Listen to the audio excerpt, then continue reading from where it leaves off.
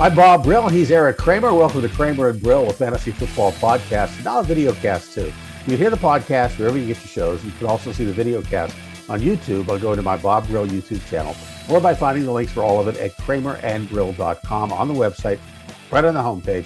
Just click them both right there. You can just easily do it that way.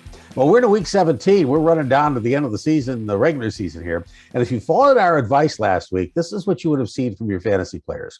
We liked and recommended Donta Foreman, 108 yards, 2 catches. Nick Chubb, 91 and a touch. We said Taylor, Wentz, and Pittman for Indy. Wentz had 225 and 2 touches, no picks. Taylor had 108 and Pittman 8 for 82. Goddard, 7 for 135. Cousins, 315, a touchdown. Jefferson, 8 for 116. Josh Allen had 3 touchdowns, no picks. Ronald Jones had 16 fantasy points. Amon-Ra St. Brown, 9 catches, 91 yards, a touchdown, and 19 yards rushing, 26 fantasy points. Zach Ertz, 8 for 54. T. Higgins, 12 for 194, 2 touchdowns. Jamar Chase, 7 for 100 and a quarter. Cowboys D, 26 fantasy points. Mahomes, 258, 3 touchdowns, no picks. Cooper Kupp setting more records, 10 for 109. Sony Michel, 131. You had a touchdown. And Deebo Samuel, 9 for 159 and 32 rushing. So if you followed our advice, that's what you got last week. This week, the winners among the quarterbacks, well, you can't doubt Aaron Rodgers, Joe Burrow, and Dak Prescott all had pretty good games. Yeah, and I think the guy that's following right in Aaron Rodgers' lead or footsteps right now is Patrick Mahomes. You just mentioned him earlier. And then Josh Allen, I thought was the great thing about what he did this past week was he took the simple things. He played the best brand of boring quarterback football, that he hasn't played up until now. Yeah. And I think that's a major reason they won. And then Matt Ryan, of course, I thought played great. And then Nick Foles stepped in and handed the Seahawks a loss. So that was good too. On the running back side, we had Justin Jackson, who was filling in for Austin Eckler, had a really good game. And Joe Mixon had another strong game. Hey, Keyshawn Vaughn, the guy who stepped in for Leonard Fournette, another good game, busted off a nice run. I believe he got in the end zone. Josh Jacobs was huge. And Jonathan Taylor, who you just mentioned earlier, had a great game. Justin Jackson stepped in for Eckler, who was out, and looked very much like Austin Eckler in the way he ran and received and caught the ball. So it's a few good guys there running the ball that did very well this last weekend. I've really liked Keyshawn Vaughn. Matter of fact, I picked him up in our fantasy league early on during the draft because I thought he's a stud. But he's just been playing way down the roster to Fournette and Jones, and finally gets a chance to play. And he has a really good game. And I think that he showed something there.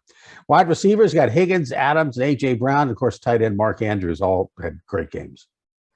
Guy I'll throw in there, even though he's a tight end, is Kyle Pitts. Another great game. 6 catches, 102 yards. You mentioned Justin Jefferson earlier. And then combination to me of Higgins and Jamar Chase in Cincinnati. Really, anyone who was catching passes this weekend from Joe Burrow did great. And then, Byron Pringle, like me, an undrafted free agent, went 6 catches, 75 yards. So as Tyreek Hill fell off the earth, Pringle stepped up and also added a couple touchdowns. The losers this week, Sam Darnold got a chance to get back in and play and did not play well.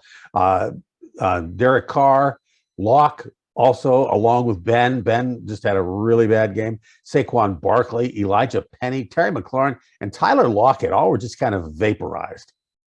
Well, and I'll throw a name in there that we've been mentioning, even though probably nobody's playing him as a rookie, would be Mac Jones, who had up until this last weekend was playing out of his mind, I thought. And then now that the division title's on the line, he has his worst game of the year. And then the other guy I'll put in there is Baker Mayfield, who 4 interceptions. So in this time of year, this is not the way he's trending in the opposite direction of the guy he played against, Aaron Rodgers. So I think that's, in Stafford, again, despite they won, but they won kind of in spite his 3 interceptions. A kind of ugly win. It was. But, they've had some ones they should have lost also and did.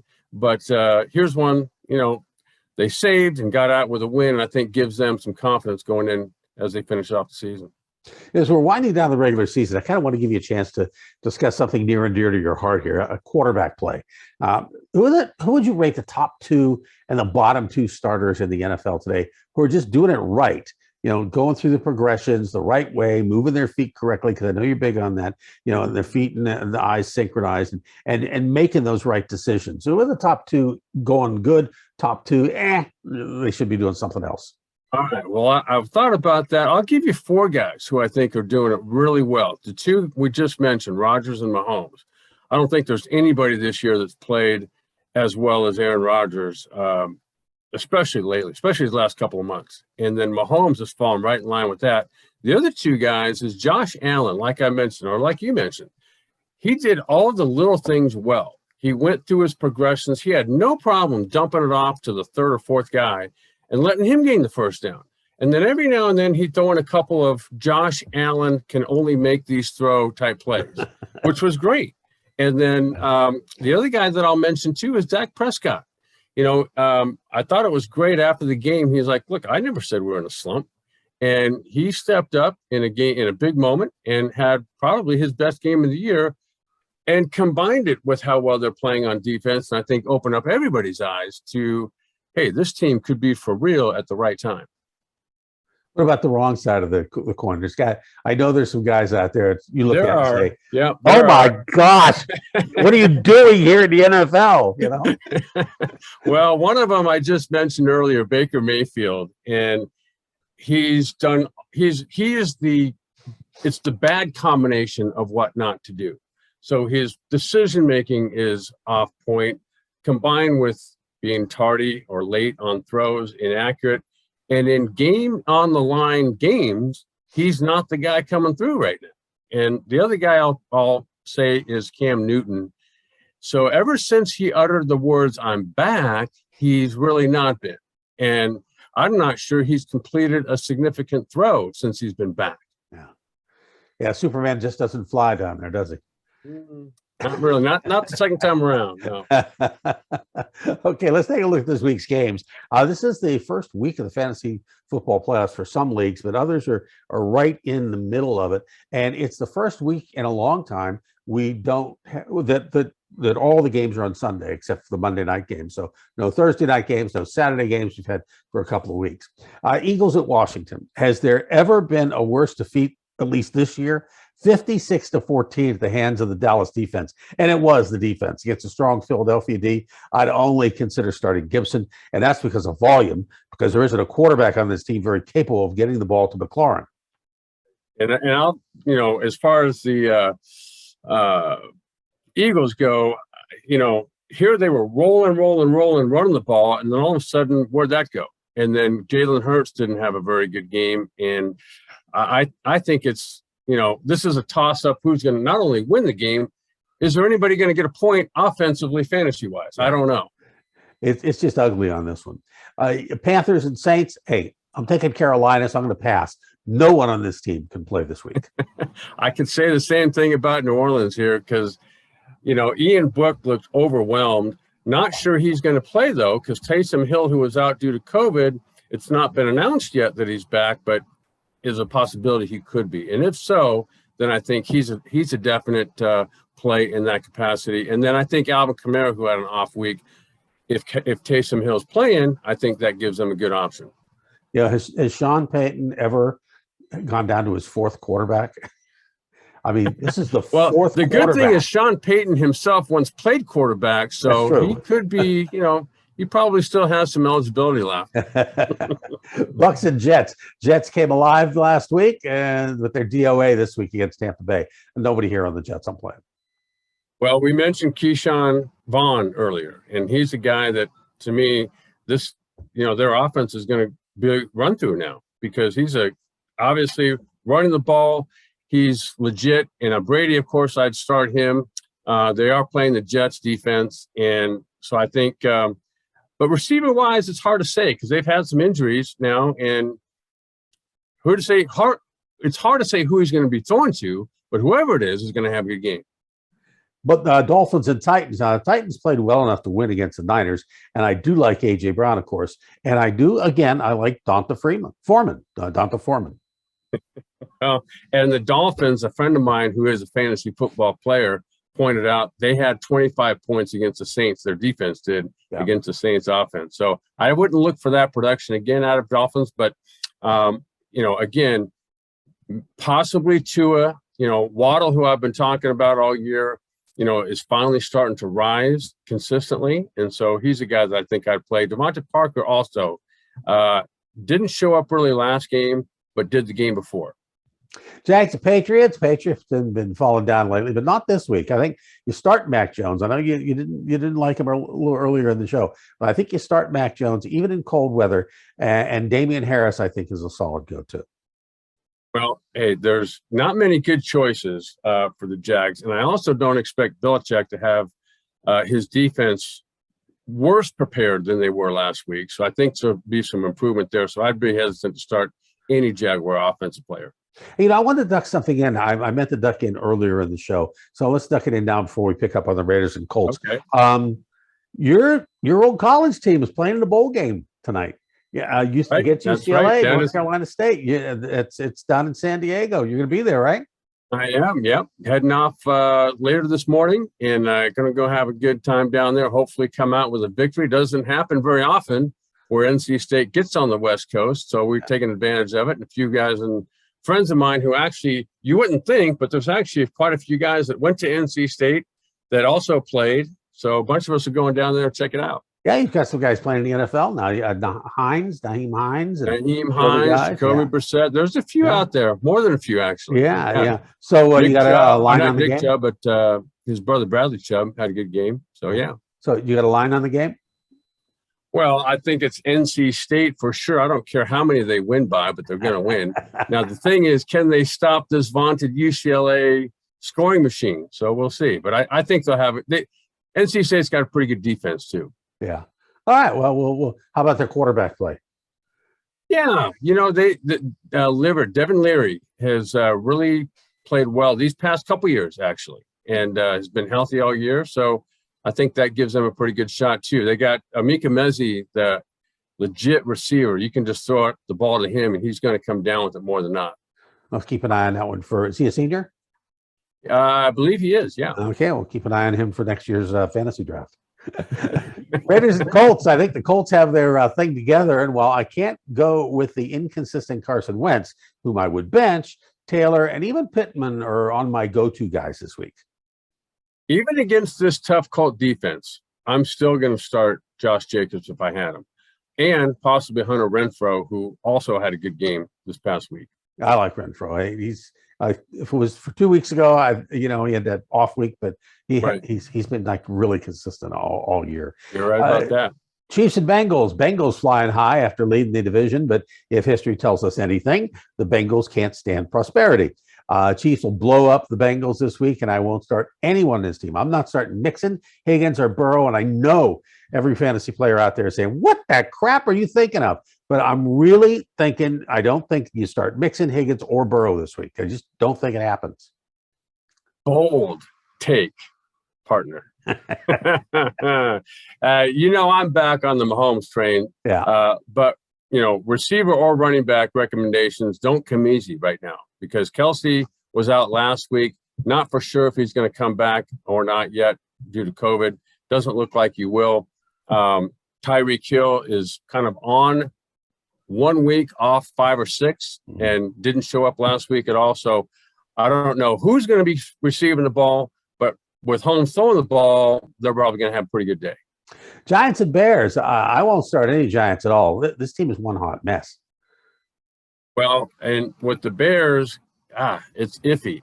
Darnell Mooney is, if they're going to have a good receiving day, it's going to be by him typically.